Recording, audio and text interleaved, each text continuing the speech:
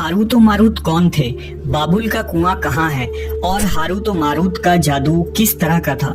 ये वो पुरअसरार सवालात हैं जिनके जवाब तो बहुत हैं और लिखने वालों ने भी बहुत कुछ लिखा है, लेकिन उन किस्से कहानियों में हकीकत को तलाश करना गहरे समुंदर से मोतियां निकालने के बराबर है। हारूत और मारूत के मुतालिक बुनियादी तौर पर दो तरह की रिवायतें मिलती हैं, एक वो जो कुरान और हदीस और ताबईन के अक़वाल में मौजूद है और दूसरी वो जो तौरेत और इंजील और इसराइली रिवायतों में आती है, जबकि उन इसराइली रिवायतों को बेशतर उलमा और मुवर्रिखीन ने तायद की है। इस वीडियो में हम उन दोनों तरह की रिवायतों और वाक़यात को मुकम्मल पेश करेंगे। रिवायतों के मुताबिक हजरत इदरीस अलैहिस्सलाम के जमाने में एक मर्तबा आसमान और जमीन के दरमियान से पर्दों को हटा दिया गया तो फरिश्तों ने जमीन में आबाद इंसानों को देखकर ताज्जुब किया और बोले, या रब्बुल आलमीन, हम तो गुनाह के करीब भी नहीं जाते, जबकि ये बनी आदम गुनाहों में इतने मुब्तला हैं। अगर हम उनकी जगह होते तो कभी तेरी नाफरमानी न करते। अल्लाह ने इरशाद फरमाया, इंसानों को गुस्सा और शहवत दी गई है, अगर ये चीजें तुम्हें दी जाए तो तुम भी इसी तरह गुनाह में मुलव्वस हो जाओगे। लेकिन फरिश्तों ने कहा, हम ऐसा हरगिज न करेंगे। लिहाजा अल्लाह के हुक्म से फरिश्तों ने अपनी जमात में से दो बेहतरीन और इताअत गुजार फरिश्तों को चुन लिया, जिनका नाम हारूत और मारूत था। अल्लाह ने उन दो फरिश्तों में इंसानी फितरत और शहवत डालकर दुनिया में भेजा। वो शहर बाबुल में दो खूबसूरत इंसान बनकर आए और काजी के काम पर मुकर्रर हो गए, जहां वो लोगों के दरमियान फैसले किया करते थे। एक दिन उनके पास एक औरत अपना मुकदमा लेकर आई और कहा कि उसका शौहर उसे बहुत परेशान करता है। हारूत और मारूत ने जब उस औरत को देखा तो वो उसकी खूबसूरती और हुस्न से मरऊब हो गए और उस पर आशिक हो गए। उन्होंने उस औरत से जिना की ख्वाहिश की तो औरत ने उनसे कहा, तुम्हारी ये ख्वाहिश मैं तभी पूरी करूंगी जब तुम बुत की पूजा करो, शराब पियो या मेरे खाविंद को कत्ल कर दो।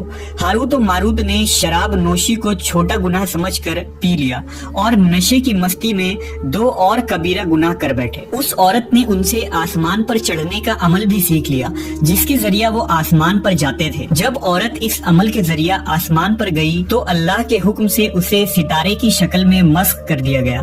चूंकि उस औरत का नाम जोहरा था, इसलिए वो सैयारा जोहरा कहलाया, जिसे आज वेनस कहते हैं।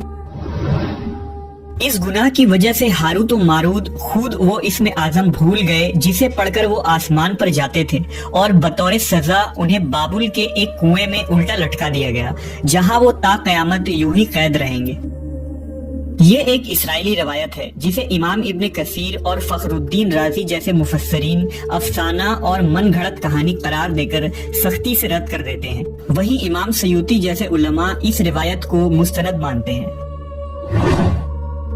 हारूत मारूत और चाहे बाबुल के सिलसिले में एक और रिवायत कसरत से बयान की जाती है, जिसके मुताबिक एक जमाना ऐसा था जब शहर बाबुल रुए जमीन पर तहजीब और तमद्दुन का मरकज था। यहाँ के लोग बातिल खुदा की परस्तिश किया करते थे।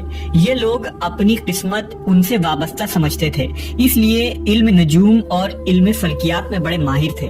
उनके बुतकदों में सितारों की पूजा की जाती थी।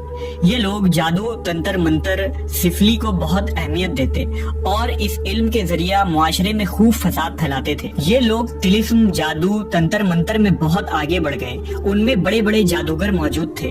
उनकी तारीखी किताबों में जगह जगह जादू और तंत्र मंत्र ही नजर आता है। उनका जादू दूर दूर तक मशहूर था। मुख्तसर ये कि उस शहर का बाशिंदा होना ही जादूगर होने की अलामत थी।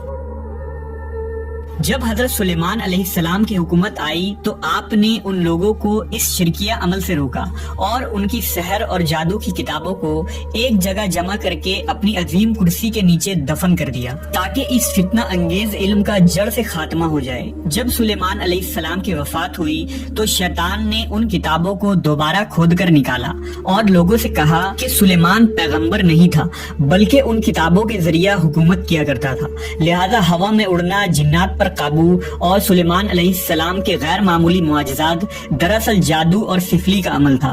बनी इसराइल ने उसकी पैरवी की और उन किताबों को पढ़ना शुरू कर दिया। लिहाजा दोबारा ये शर अंगेज इल्म इस कौम में सुरायत कर गई। अल्लाह ने सुलेमान अलैहिस्सलाम पर लगाए गए इल्जाम और तुहमत की नफी करते हुए सूरह बकरा में फरमाया है, اور انہوں نے اس چیز کی پیروی کی جو شیطان سلیمان کی بادشاہت کے وقت پڑھتے تھے، اور سلیمان نے کفر نہیں کیا تھا لیکن شیطانوں نے ہی کفر کیا۔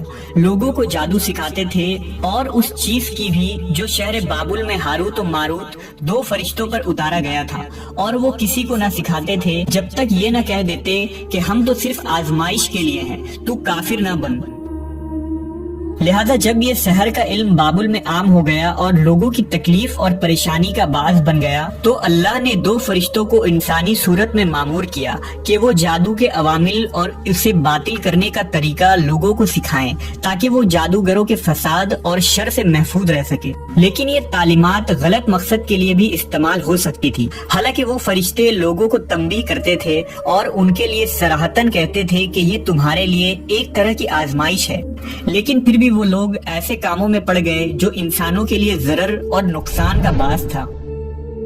بعض عربی داستانوں میں اس کنویں کا ذکر بھی ملتا ہے جہاں کئی لوگ پہنچے اور ہاروت و ماروت سے ملاقات کر کے جادو کا علم بھی سیکھا، جبکہ بعض مورخین کا کہنا ہے کہ عراق کے شہر حلہ کے قریب ایک کھنڈر میں موجود قدیم کنواں ہے جہاں سے بابل کی سرحد شروع ہوتی تھی۔ یہ اس کنویں کو ہی چاہے بابل قرار دیتے ہیں۔ بہرحال اس واقعے سے یہ سبق ملتا ہے کہ سفلی اور جادو ایک شرکیہ عمل ہے، مگر یہ کہ اس کا استعمال فساد اور شر پسندی کے خاتمے کے لیے کیا جائے۔